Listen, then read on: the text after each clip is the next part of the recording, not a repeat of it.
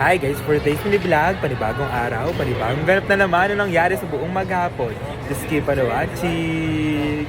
So ayun nga guys, nagulat na lang ako na pupunta pala kami ng Cebu ni Kalo. Boy, ito, ano lang to, kumbaga. Alam mo na ba yung bibilin? Di pa. Bukas mo, ay, pagdating natin doon, tsaka malaman kung ano yung bibilin natin. Si Kuya kasi nagutos ito.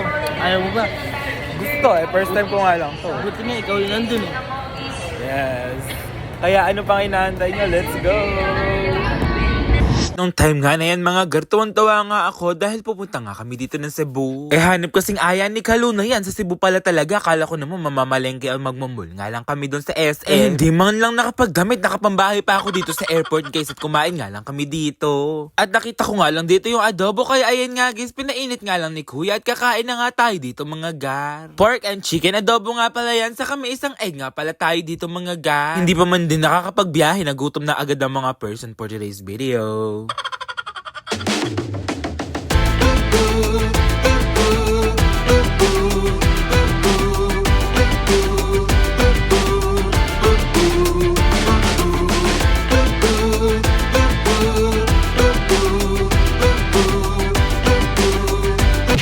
At nakapag-check-in baggage na nga kami dito at pinalipat nga kami dito sa 8. Kaya ayun nga guys, nakapwesto na nga kami at umupo nga kami dito.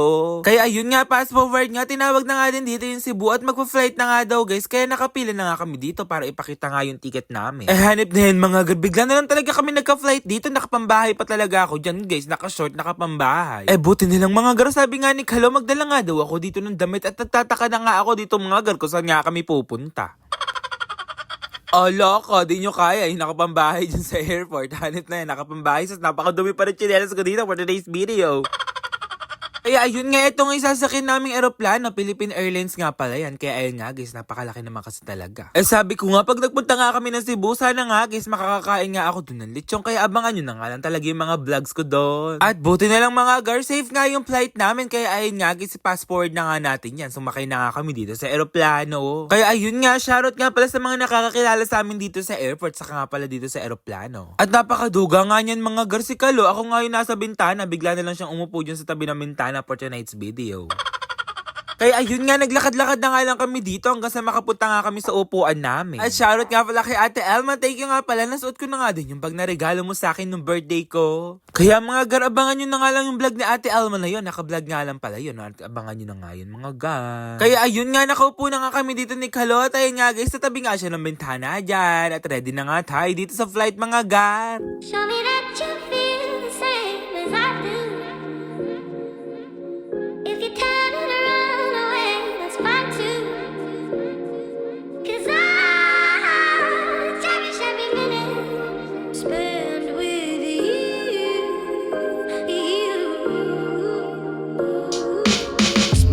Kaya ayun nga, nung time nga na yan, binigay na nga din dito yung mga complimentary foods namin. Kaya ayun nga guys, so fast forward na nga yan, nandito na nga kami sa Cebu. Malalagot na lang talaga kami dito kay Kuya kasi nga guys, hindi naman talaga alam pala ni Kuya na nagpunta pala kami dito ng Cebu. Kaya kinakabahan na lang talaga ako kinabukasan dito. Kabang-kaba na lang talaga ang person kasi nga guys, mamaya nga pala uuwi na din pala kami dito mga gar. Yes po, opo mga gar, halos balikan na lang talaga kami dito sa Cebu kasi nga guys, may pinabibili daw si Kuya. Nung time nga na yan mga gar, hindi ko nga alam kung ano nga yung pinabibili dito ni Kuya. Nung una nga mga gar, iniisip ko nga baka nga gusto ni Kuya dito ng lechon, kaya pumunta nga kami dito na Cebu. Masyado nang talaga yung pagka-cravings dito sa lechon, kaya ayun nga guys, nandito na nga tayo sa Cebu. Welcome to Cebu!